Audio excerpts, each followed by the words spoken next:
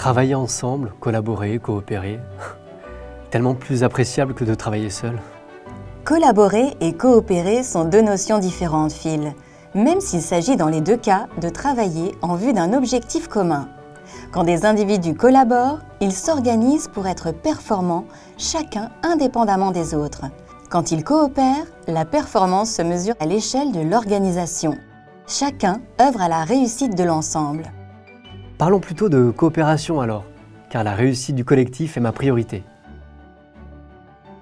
Le terme de coopération, dérivé du latin cooperare, signifiant œuvrer, travailler ensemble, désigne non seulement l'action elle-même, mais également l'institution en charge d'impulser cette action.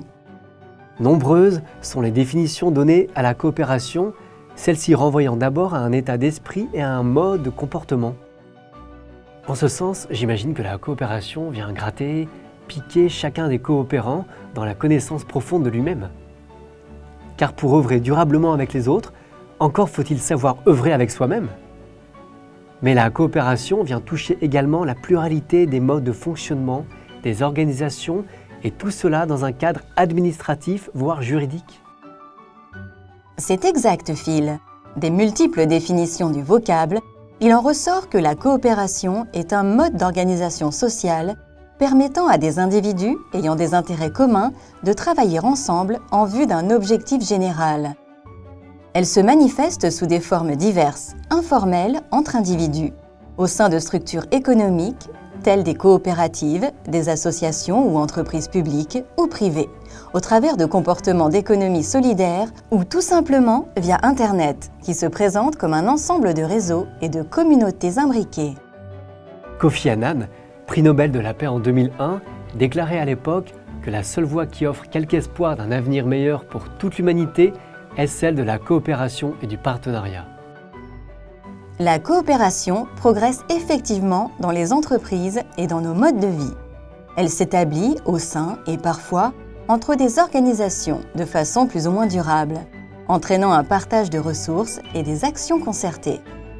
Chacune conserve indépendance et autonomie. Elle peut prendre diverses formes juridiques et être formelle ou non. Elle s'inscrit même dans le 17e objectif de développement durable des Nations Unies, qui vise une coopération et de partenariats mondiaux solides. Sans partenariats inclusifs, pas de programme de développement durable réussi.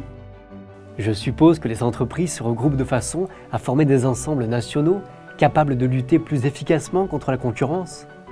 Le travail collectif est bel et bien la réponse efficace à celle-ci. Yves-Frédéric Livian parlait dès 1998 d'un nouvel idéal type quant à la coopération. La compétitivité des entreprises repose sur leur capacité à coopérer. Ce que je retiens, c'est que la coopération est tout à la fois notre présent et notre avenir. Au Danemark, des entreprises ont développé un réseau d'échange dans lequel chaque déchet produit par une entreprise doit pouvoir constituer une ressource pour une autre. L'écologie industrielle a permis à des entreprises de réduire les coûts liés aux déchets et de réduire la pollution. C'est le résultat d'une belle coopération entre créativité, esprit critique et éthique. Bien dit, Phil. Vivre avec les autres et non contre les autres.